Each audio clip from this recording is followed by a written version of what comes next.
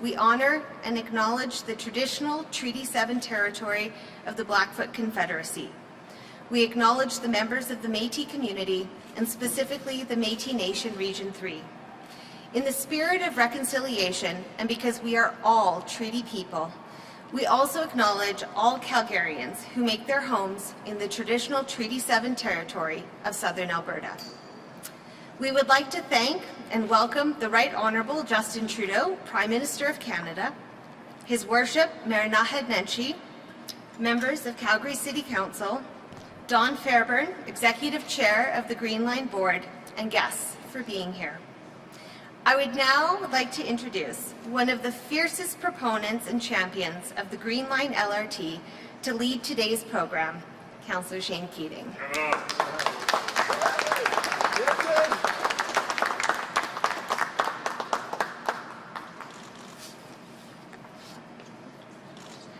Well, I did not think that I would be part of a Green Line announcement before the next municipal election. However, here we are. So as the song states, I did it my way. So I apologize, Prime Minister, Your Worship. Sit back if you had a chair, relax, because this may take a while. I'm going to read a few chapters from a book that a few council members wrote called The Evolution of the Green Line. Very nice. He's not kidding. No, I'm not kidding. Chapter 1, Change of Direction. Once upon a time in a land not far from here, or actually it is here, in the Kingdom of Calgary, long, long ago in the year of 2010, 3 very green new councillors held a press conference where Keating, Carraw and Demong stated were opposed to the status quo of receiving grants from other orders of government and spending them on many smaller projects rather than developing a fund for large projects like the next LRT. This led to a successful notice of motion I put forward that defeated administration's recommendations, setting a new direction. The City of Calgary realized that there was a new transit sheriff in town. 11 years ago, my hair was much darker, my midsection was much smaller, and the Green Line was a mere twinkle in my eye. From this new direction, a very humble beginning was conceived, and $12 million was set aside to complete a functional study of the Southeast Light Rail Transit Line and develop a transit-oriented development strategy. For now, your first intermission, the Right Honourable Justin Trudeau, Prime Minister of Canada.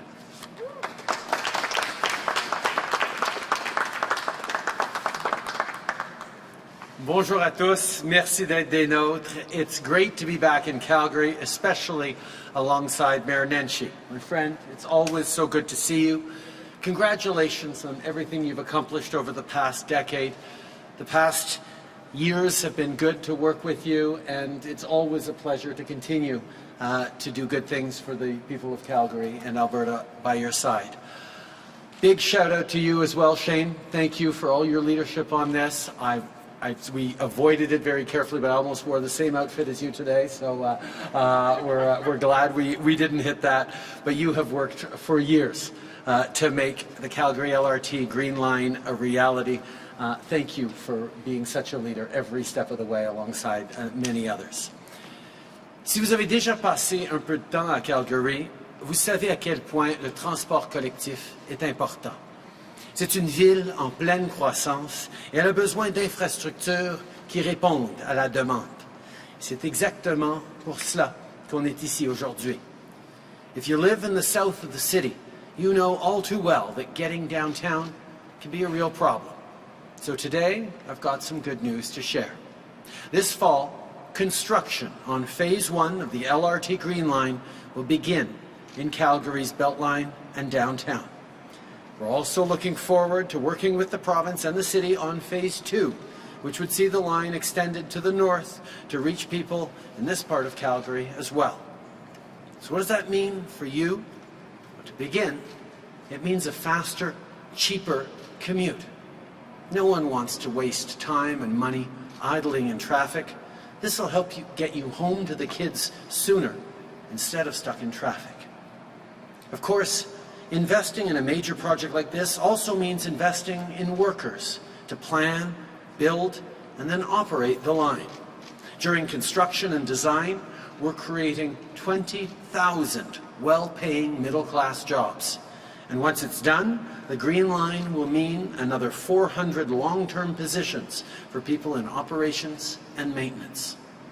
Un transport collectif plus efficace et la création de nouveaux emplois.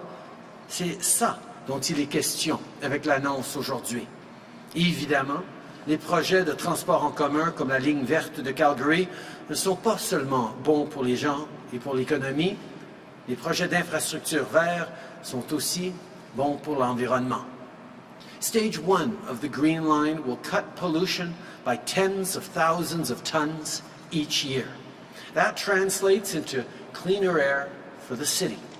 Some politicians continue to say that we have to choose between jobs and the environment. But a healthy environment and a strong economy really do go hand in hand. Of course, the over $1.5 billion we've invested in the Green Line is just one way we're fighting climate change, creating middle-class jobs, and supporting families here in Alberta. I think of the millions of dollars we've invested in the Calgary Airport Trail project. When I landed yesterday, I saw the great work happening. And as Mayor Nenshi told me, the airport trail is close to opening. That'll mean easy access for things like trucks and a boost to the local economy. Or take the announcement Minister Justin made just here in Calgary yesterday. We're investing in the Canada-Alberta Housing Benefit. This will help tens of thousands of low-income families make rent because everyone deserves a roof over their head. Pour les petites entreprises, that's a good effort, yeah. Pour les petites entreprises et les travailleurs de l'Alberta, on investit aussi. Tout comme on a soutenu les gens tout au long de cette pandémie, on va être là avec le soutien dont vous avez besoin pour vous relever après cette pandémie. À ce sujet, je vous rappelle que c'est aujourd'hui le premier jour pour présenter une demande dans le cadre du nouveau programme d'embauche pour la relance économique du Canada. C'est un programme spécialement conçu pour aider les entreprises durement touchées à embaucher les travailleurs dont elles ont besoin pour se rétablir et créer les bons emplois dont les Canadiens ont besoin pour prospérer. Si vous êtes un employeur, allez sur canada.ca pour voir comment vous pouvez être admissible. As a reminder, today is the first day to apply for the new Canada Recovery Hiring Program. To employers here in Alberta and across the country, check it out at canada.ca. As we move forward with the wage subsidy wind down, we actually created an incentive for small businesses to be able to hire on even more workers and make sure that our relaunching of the economy goes as quickly and as well as possible for everyone here in Alberta and right across the country. It's designed to help you and your team succeed. My friends, it all comes down to this. Whether you're a business owner, a commuter, a worker, or a parent, we've got your back. I know the last year and a half has been tough. And last week alone, Calgary faced a heat wave, flash floods, and a hailstone. We're here for you. We made billions in major investments that are getting results for Albertans. We've supported everything from classrooms to essential workers to healthcare. And of course, vaccines are rolling out too. Over 78% of eligible Canadians have had a first dose, and over 42% have gotten a second dose. Add to that the fact that millions of vaccines are arriving this month, and there's lots of reasons to be very hopeful. We will beat this pandemic. We will put this crisis behind us, and with exciting projects like the Green Line, better days are definitely ahead. Merci tout le monde. Encore une fois, je suis très heureux d'être de retour à Calgary. Merci.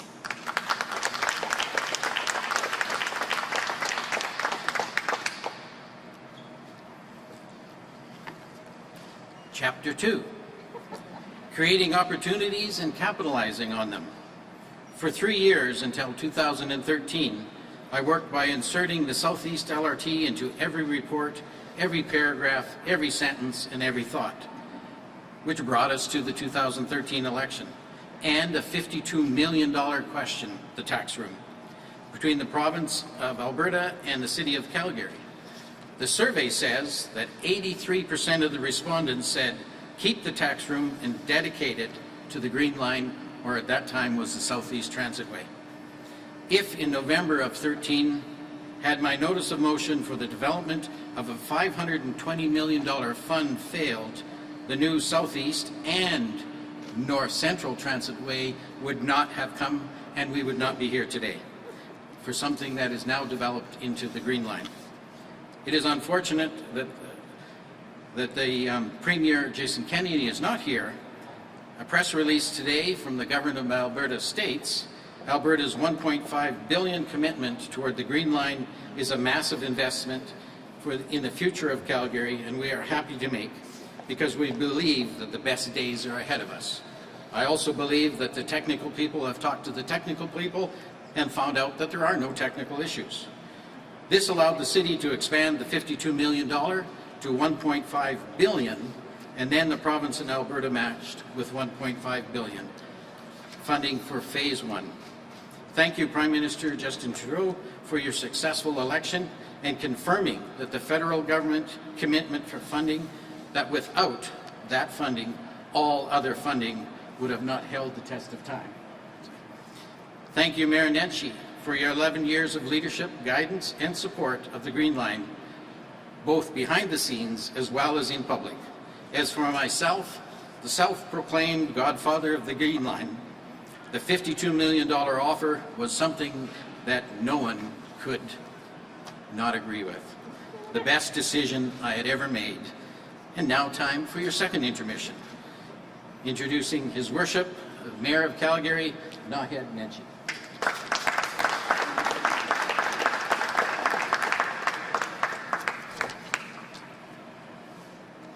Well, thank you, Shane. And I think that all of us, knowing that Shane, of course, was an educator before he came into politics, are now wishing that we had story time with Mr. Keating when we were in elementary school. Monsieur le Ministre, merci. Merci d'être ici avec nous aujourd'hui. Je suis vraiment touché d'être ici avec vous une fois encore, peut-être la dernière fois, pour partager ces nouvelles si importantes. I had thought that today would be my second last announcement on the Green Line prior to hanging up my spurs in this job, though I have understood moments ago that the province of Alberta has made an announcement. I was a bit surprised, but that means this is probably my last announcement on the Green Line, because that is the piece of the puzzle for which we have been waiting. So there are, in fact, incredibly big and incredibly important news today. Before I go any further, I have many, many, many thanks. So first, Prime Minister, I will thank you. And through you, your colleagues at the Government of Canada, who have been a pleasure to work with, your support since the 2015 election on this project has been unwavering, and certainly that has been incredibly important to the people of Calgary, knowing that that commitment was there. A commitment which, I might add, is larger on a per capita basis than any commitment to any other transit project, any other city in the country. And that's meant a lot, and it has helped us leverage a lot of community support, so thank you for that. And Prime Minister,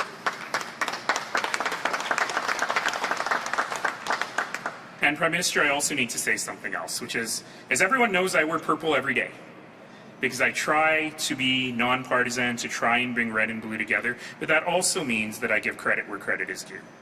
And Prime Minister, today I want to thank you personally for your extraordinary leadership and for the extraordinary leadership of the Government of Canada during this pandemic.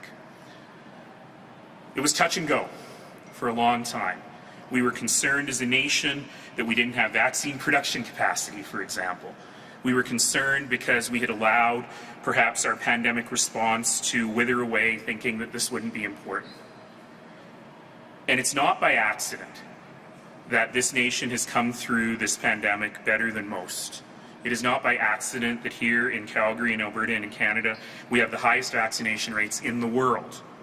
despite not having any domestic vaccination production. That doesn't just happen.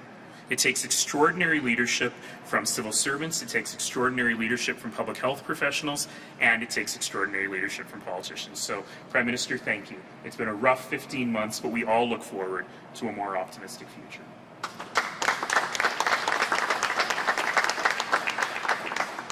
Coming back to the Green Line. So Councillor Keating's story is more or less accurate. There may have been a couple of other supporting players in the story, just one or two, but I do want to thank some of them now. So I really want to say thank you to the members of Calgary City Council, many of whom are here with us today. It's not easy to support this, especially when you're being attacked for it from many different corners, especially when some of the partners may not be great partners at all times. But Council support for this has been unwavering. And it was a year ago that Council made the final decision on the Green Line in a 14-1 vote. And that is really extraordinary. So I see Councillor Sutherland, Councillor Davison, Councillor Farrell, Councillor Gondek, Councillor Carra. In particular, Councillor Carra, who has been a real fighter for this because both sides of the Green Line, the north and south, run through his ward. There's one other one. Oh yeah, the councillor for this area, Councillor George Chahal. So George, thank you for welcoming us to my neighbourhood today, and also thank you so much for all of your unwavering support for transit. One of the untold stories of this council, you know, especially even when this council was a bit new and people were saying, oh, it's very divisive, you know, people are arguing with one another and so on. One of the great untold stories of this council was we elected in 2017 a council full of advocates for transit. And that has not moved in one bit, and it really has been an extraordinary thing to have folks like Jyoti Gondek and George Chahal and Jeff Davison join us with folks like Councillor Farrell, who has been fighting hard for transit, well, I was going to say for 20 years, but way before you were first elected. And so thank you, Council. Thank you for your unwavering commitment to this. It would never have happened without that. I want to say thank you to the folks working on the Green Line, and in particular, our Board of Directors. You may not know this, Prime Minister, but we have it's a different structure for us, this project, because it's the largest public works project in our history by a multiple of 3. And so we have a Board of Directors made up of extraordinary private sector leaders who are leading us through this, and they are doing incredible work, and we have the Executive Chair, Dawn Fairburn, with us here today. So Dawn, through you to the Board, thank you for all of your leadership. It has been extraordinary. And since we're standing here in the Oliver Bowen Maintenance Facility in my neighbourhood, this would be a really good time for us to remember the value of public servants. Public servants and essential workers who have got us through this last 15 months. And I am so proud every day that I get to go to work with 15,000 colleagues who just do the work every single day. And in particular, I really want to thank everyone who works at Calgary Transit and who works in the City of Calgary's transportation infrastructure and transportation planning areas for the work they do every day in building a better city. Thank you, thank you, thank you.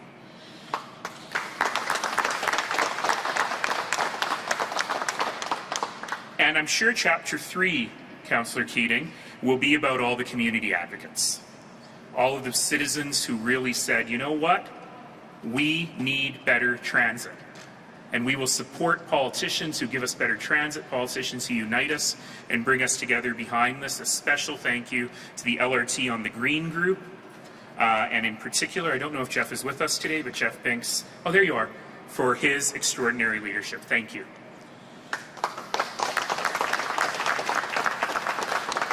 And you know, even though we get into politics sometimes on projects like this, and sometimes we're happy and sometimes we're less happy with our funding partners, it's important for us to remember that not only is this a historic funding commitment from the City of Calgary, 40% of the project, it is a historic funding commitment for the Government of Alberta and the Government of Canada.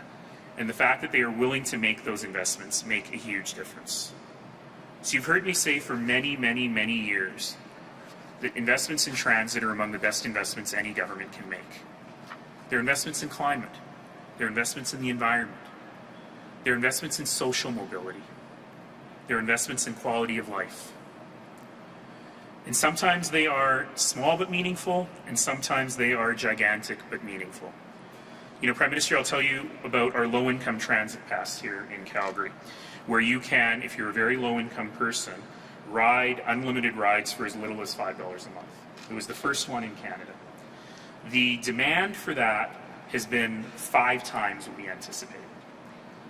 And that's not because people got super excited about it. It's because there were people in our community we didn't know about. People living in so much poverty who were so isolated. And being able to do that and letting them participate in their community has been an extraordinary thing. I was told a story recently of a woman who had a family of 5. And she arrived at the counter at City Hall the day after Council approved the sliding scale for the low-income transit pass. And that family could only afford to buy 1 bus pass for all 5 of them. So she showed up at the counter, as she did every month, and she took out 2 20s and a 5, $45, to pay for the 1 transit pass, half price as it was then. And she said, "I'd like a transit pass, please," and our colleague in the counter said, "That'll be $5, please." And she didn't know what to do. So she just stopped, and she took $20 and put it back in her purse and said, "I'll take 5, please." And you think about the impact that had on that family. Taking away the pressure and the worry of getting caught without riding a fare or not being able to go to work or not being able to go to school. That's what matters. And that's what we're doing right here. We're making investments in social mobility. We're giving people back time, getting them out of traffic congestion, building quality of life. We've been waiting for this for a long time. And it is so important that we are taking this step. So I won't be there, but there will be a new mayor there who will be talking to you in October about stage 2 and how we'll find the funding for that. There's a lot more to do, but we will continue to be there. We'll continue to advocate for citizens. We'll continue to do this work, but ultimately, every day, I won't be there when that first, as mayor, I won't be there as mayor when that first train rolls out of Shepherd Station. Oh, but I'm going to be there. And maybe they'll let me drive it one last time. Probably not. But you know what? Every day between now and then and every day thereafter, I'm going to be thinking about the incredible, humbling opportunity we were given to change people's lives. And that's why we're here today. Thank you all.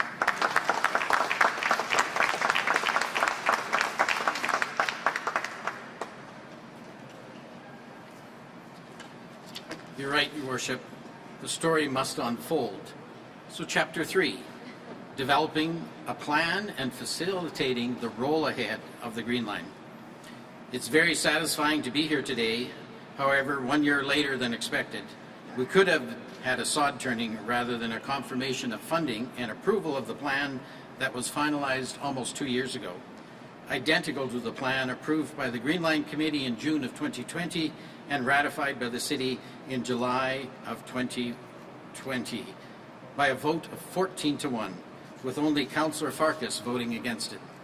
The Green Line Committee, myself as chair, Councillor Gondek as vice chair, Councillors Davison, Carraw, Sutherland, Farrell, and Mayor Nenshi have been steadfast in their formation of a final plan that as always was and will continue to be credible, functional, and deliver fantastic public transit for the next 100 years.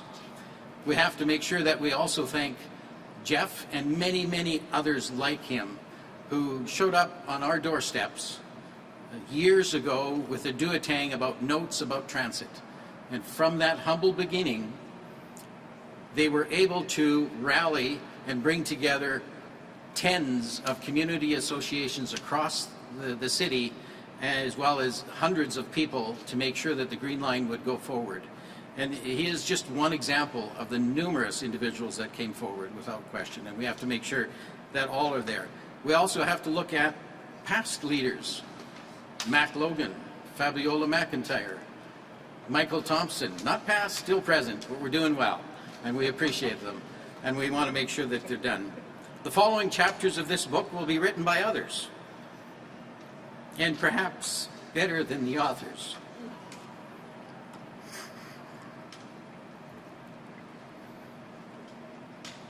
Of the first 3 chapters.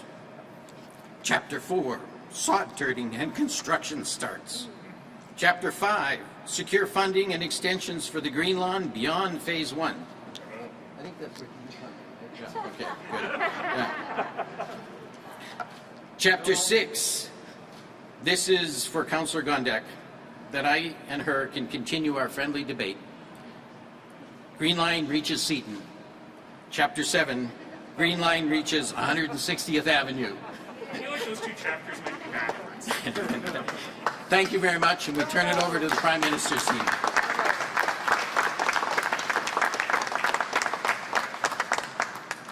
Thank you. We'll now go to questions from the media.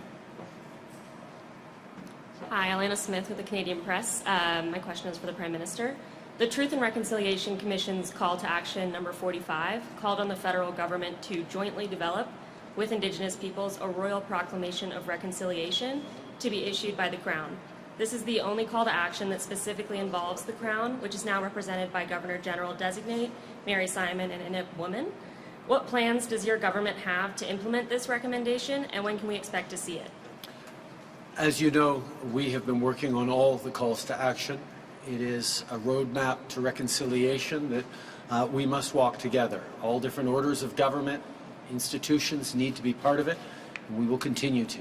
The appointment of Mary Simon yesterday, the designation of Mary Simon and her upcoming installation as Governor General will mark a new step on that path of reconciliation, but the work remains. And we will continue to work with all partners, including the Governor General, where necessary, as we move towards better reconciliation with Indigenous peoples, towards a partnership we know we need to have in this country. Rick Bell, Calgary Sun. Long time no see. It's great to see you in person, Rick. Great to see you as well. These past 15 months. Well, yes. I've been watching you on TV a lot. So you've been saving one up for me. I was thinking of doing FaceTime with you at some point, but you're here now in Calgary. Even better. Even better. This fall, whether you may be campaigning or not, Premier Jason Kenney will be campaigning on his quote-unquote fight for a fair deal, which he may have talked to you about. So he's going to be talking about equalization. He's going to be attacking Ottawa. And I would bet money that he will be attacking you and your government. How are you going to deal with that? How are you going to react with that, to that sort of level of attack? And when the time comes for you to campaign nationally, will you be prepared to also perhaps take on some of the attitudes or policies or positions of Premier Kenney when you're out on the hustings nationally? So that's kind of a two-part question. I think Canadians have noticed over the past 15 months what happens when people of different orders of government and indeed different political perspectives work together. We get things done. Over the past 15 months, I've had I think upwards of 25 or 30 First Ministers' conferences, phone calls in which we've talked about the issues we're facing, primarily COVID, but also healthcare and borders and our economic opportunities and reconciliation. We've had opportunities to work tremendously alongside, and as Nahid pointed out, that's one of the things that has left us better off as a country than many other countries. And we all stepped up. Yes, the federal government made a promise to have people's backs, and we delivered 8 out of every $10 in COVID supports to Canadians. But the provinces played a really important role as well. We were happy to be there to support them. Now, that doesn't mean we're always going to agree on everything. Quite frankly, that would make your job very boring, Rick. But it does mean when we do have disagreements, we should be able to work through them. And that has always been my approach. To take a specific example, the concerns that Premier Kenney has highlighted on equalization, he was part of the very government that negotiated and put in place the actual equalization formula that is there now. When came time for renewal, we just rolled over the very things that he had negotiated as part of Stephen Harper's cabinet. So the fact that he's now railing against it means he can probably explain better what it is that he disagrees with his younger self on. But I'm always going to be there to listen. I'm always going to be there to engage and stay focused on Canadians. Whether you live in Calgary or anywhere in Alberta or anywhere across the country, our jobs as different orders of government is to serve you. We all serve the same people. And there's going to be different perspectives on how to do it, and yes, sometimes elbows will come up. Canadians expect that, but they also expect there be a level of shared commitment to do what's right for Canadians and to work together to get that done. That'll always be my choice. That'll always be my preference, but I will never hesitate to stand up for the things I believe in and the things I know Canadians need, whether it's cleaner air and fighting climate change, whether it's good jobs and an end to intolerance and discrimination like we've seen far too often across the country these past months, whether it's anti-Asian racism, anti-Islamic racism, Islamophobia. There's lots we need to work on together, and there's lots we agree on. But we will no doubt keep it interesting by pointing out a few of the things we disagree on too from time to time. Our friends outside certainly expect that. Merci. Mr. Prime Minister, Premier Jason Kenney and some other members of the Alberta government have demanded that you respect the choice of voters in the Senate election and that you only appoint senators that are chosen in that October ballot. Will you accept that demand, or will you go and appoint senators as you choose, as has been tradition? Actually, we transformed the way people are appointed to the Senate. After many years of different governments, including the previous Conservative government, trying to make changes to the way the Senate works and being prevented to by the Supreme Court, we actually moved forward on an independent, nonpartisan, merit-based system where Canadians who have served their communities of all different backgrounds right across the country can apply online, can apply through our open process, where their candidacies will be evaluated by a group of independent panelists who will make recommendations on who should go to the Senate. So there is an open process that I encourage anyone who wants to and feels that they have things to offer in the Senate to step up and apply to. Minister Adam McVicker with Global News here in Calgary. My question's on the Green Line. Could this happen sooner if it wasn't for the province's actions on this project? And this is a project funded by 3 levels of government. I see 2 levels of government here. Where is the province in this announcement as well? I think I will turn to Nahid to complete this. I think that's probably a question better put to Premier Kenney. I know that, and I was talking about this with Nahid earlier, that we were together making a very similar announcement to this a number of years ago. As Nahid pointed out, from the moment we got elected in 2015, we've stepped up on this extraordinarily important investment for Calgarians, and we've been there steady every step of the way. And if there are questions on the province's involvement, those are probably best asked of the province. But Nahid, if you want to add something. Thanks, Prime Minister. So the answer to your question, Adam, is very straightforward. Yes, this could have been a year ago. It certainly could have been last fall. And I think that the Government of Canada has always been very clear that they trust the local experts here at the City of Calgary and all of the best engineers in the world that we brought together to get it right, and that they're not going to dabble into the little details. As you recall, it was a year ago that the City Council passed the final alignment on a 14-to-1 vote. And the Government of Alberta, rightly so, said, listen, this is $1.5 billion. We got to do some due diligence. Now, in my career, in the private sector, that term due diligence means you're about to make a deal. And you got to spend a couple weeks looking at the numbers and make sure everything's good to go.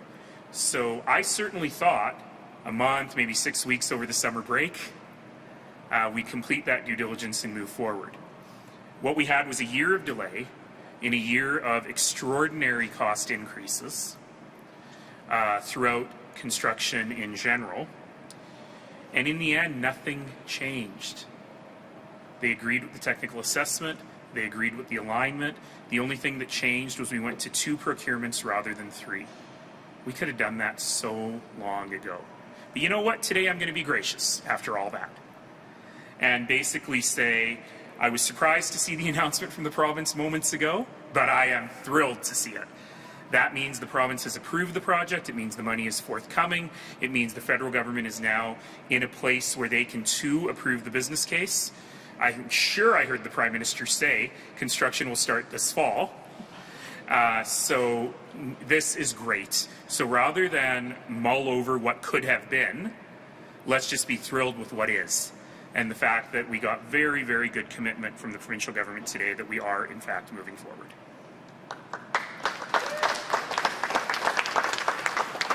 Chris, I assume you want him? Yes. All right. Thanks. Hi, Prime Minister. Chris Fark with the Calgary Herald. I understand pipelines was expected to come up in your discussions with the Premier this morning. I'm wondering, can you tell us what is the state of discussions with the U.S. Biden administration on the Line 5 dispute and attempts to resolve the dispute between Enbridge and Michigan? And maybe more specifically, if you can't resolve the dispute, would you look at using the binding arbitration provisions within the 1977 Transit Pipeline Treaty to resolve it? Thank you. Yes, we did talk about pipelines, the Premier and I. We mostly focused on TMX and the fact that it's moving forward well, and again, was pleased that the federal government stepped up and ensured that the Trans Mountain Pipeline expansion was able to move forward. But the concern that we all share about Line 5 is real. It is right now in a process of arbitration between the company and the state of Michigan. We are engaging not just with partners there, but through our embassy in Washington with the White House. We're very closely engaged on this. We will continue to. We are following very closely. We will continue to intervene and stand up as necessary. We are focused on making sure that things don't get disrupted, and we will continue to do that work. We've not taken any possibilities off the table, but we are going to do what is necessary at every step to ensure that we continue to have the energy security between our two countries that has not just been something that is an advantage, but something that we absolutely rely on in the interconnectedness between our economies. Bonjour, M. Trudeau, Thomas Laberge pour Radio-Canada. Bon, on le sait, il va y avoir des élections prochainement. Lors de la dernière élection, votre parti a été complètement balayé ici en Alberta. Est-ce que vous pensez vraiment que vous pouvez faire des gains ici en Alberta lors de la prochaine élection?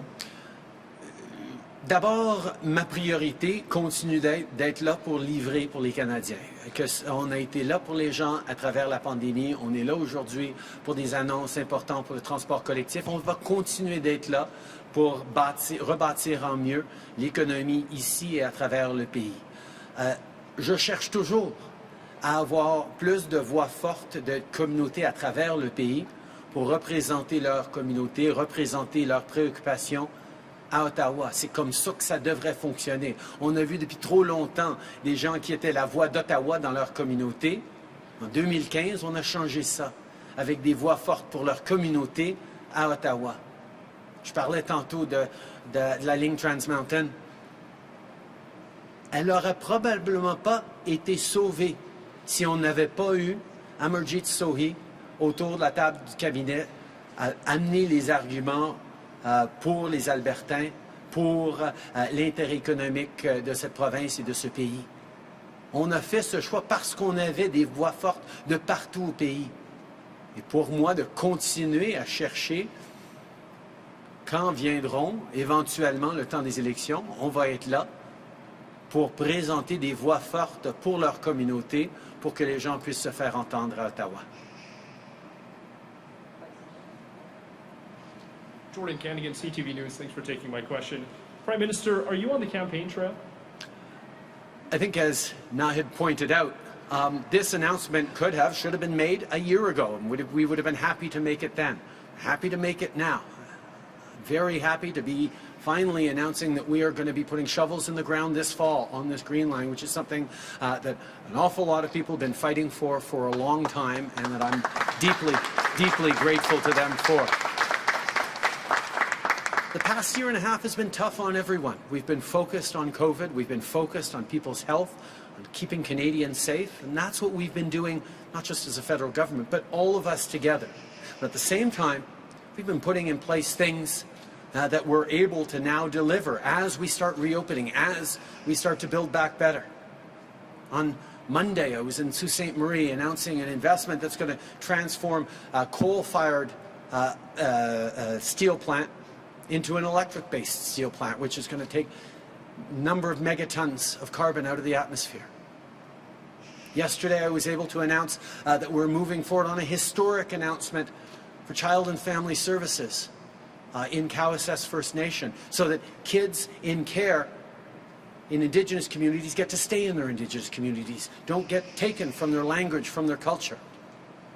These are important things that we've been working on in many cases for years.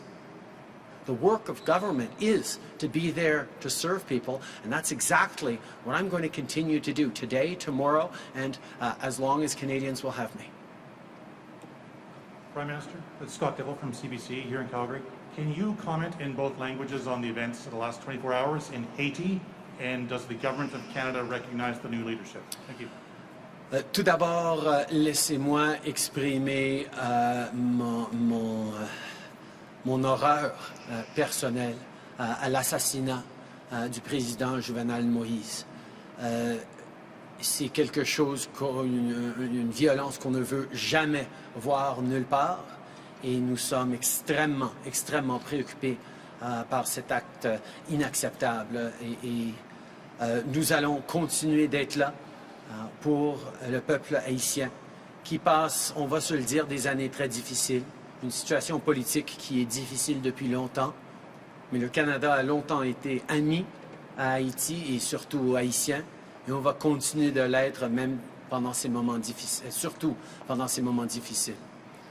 I want to first express my utmost condemnation and horror at the assassination of President Juvenal Moïse in Haiti. It is absolutely unacceptable and not something anyone wants to see anywhere in the world.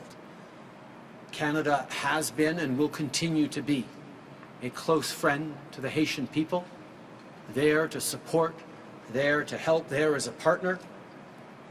They've had a number of difficult years, including politically. Canada has continued to be there for them, and we will continue into the coming difficult months to stand with the people of Haiti and move towards greater stability and greater opportunity for everyone. Kelly Kreiderman, Globe and Mail. Prime Minister, you said you're not in campaign mode, but we have seen a number of announcements. We've seen you critical of Jason Kenney's policies today. Should Canadians be, we've seen case counts low for COVID right now. Should Canadians be expecting an election this summer and preparing for an election this summer? I think Canadians should be and can be expecting that their elected leaders work hard for them every single day. The announcement we're making today, the announcements I've made earlier in the week, the work we continue to do to deliver for Canadians as we come out of this pandemic is something we've been talking about and working on for a long time. People ask me, if the announcement yesterday on Child and Family Services being given to, control over Child and Family Services being given back to the community of Cowessess First Nation in Saskatchewan was either a campaign commitment or an election promise or a response to the terrible discoveries in Cowessess of a few weeks ago. That's actually something we've been working on for years. Co-developing Bill 92, Child and Family Services legislation, recognizing that Indigenous kids represent a far too large proportion of kids in care across this country, and that being in foster care usually means, for Indigenous kids, removing them from their language, from their culture. And that's what we put an end to in Cowessess with that announcement yesterday. These are things like the Green Line that are going to make a real, tangible difference in people's lives, right particularly at this moment as we're reopening our economies. I'm going to continue to focus on shortening people's commutes, on protecting their kids, on fighting climate change and creating good jobs. These are the things we were elected to do in 2019. These are the things we were elected to do in 2015. And there's still a lot more to do. We're going to keep working on it. That concludes all the time we have for today's press conference. Merci tout le monde.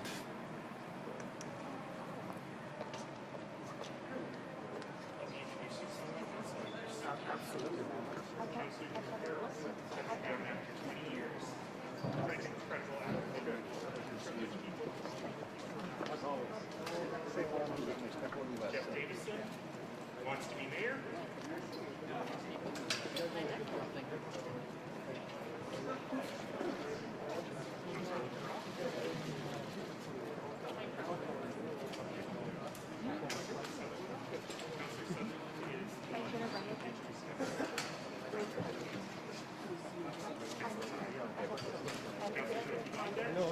Merci.